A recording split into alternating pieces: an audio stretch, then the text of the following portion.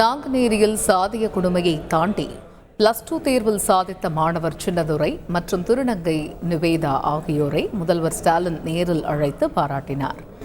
இதுகுறித்து எமது செய்தியாளர் பாஸ்கரிடம் கேட்கலாம். பாஸ்கர், வணக்கம். தலைமைச் செயலகத்தில் நடைபெற்ற இந்த நிகழ்வு பற்றிய விவரங்கள் என்ன?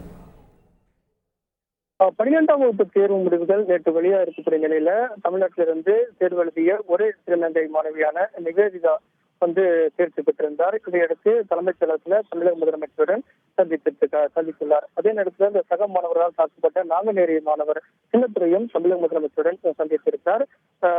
வாழ்த்து தெரிவித்திருக்கிறார். தமிழக முதலமைச்சர் மு.க. ஸ்டாலின் தேர்ச்சி பெற்றதுக்கு வாழ்த்து தெரிவித்திருக்கிறார். அதே நேரத்தில் திருநங்கை மாணவி நிவேதா நீட் தேர்வும் எழுதியிருக்கக்கூடிய நிலையில மருத்துவராக வேண்டும் அவருடைய கனவாக இருக்கிறது. உயர்கல்விக்கான செலவை அதற்கான செலவு நாங்களே ஏற்றுக்கொள்கிறோம்.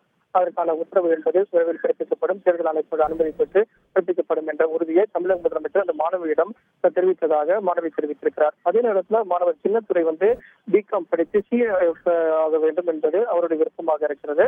இதன் காரணமாக தொடர்ந்து படிப்பதில் கவனம் செலுத்த வேண்டும் என்று சின்னத்துறைக்கு தமிழக முதலமைச்சர் வாழ்த்து தெரிவித்து, அதே நேரத்தில் உயர்கல்விக்கான செலவையும் அரசு ஏற்கும், அதற்கான உறுதியை தருகிறேன் என்பதையும் தெரிவித்திருக்கிறார். தாக்கப்பட்ட மாணவர்களும் படித்து தாக்கப்பட்ட மாணவர் தாக்கப்பட்ட மாணவர்கள் யார் எங்களை தாக்கினார்களோ அவர்களும் படித்து இது போன்ற நடவடிக்கையில் ஈடுபடாமல் இருக்க வேண்டும் என்ற விருப்பத்தையும் சின்னத்துரை என்ற மாணவர் செய்தியாளரிடம் தெரிவித்திருக்கிறார்.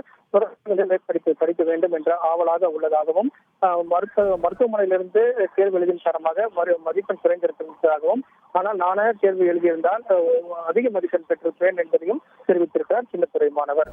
தகவல்களுக்கு நன்றி பாஸ்கர்.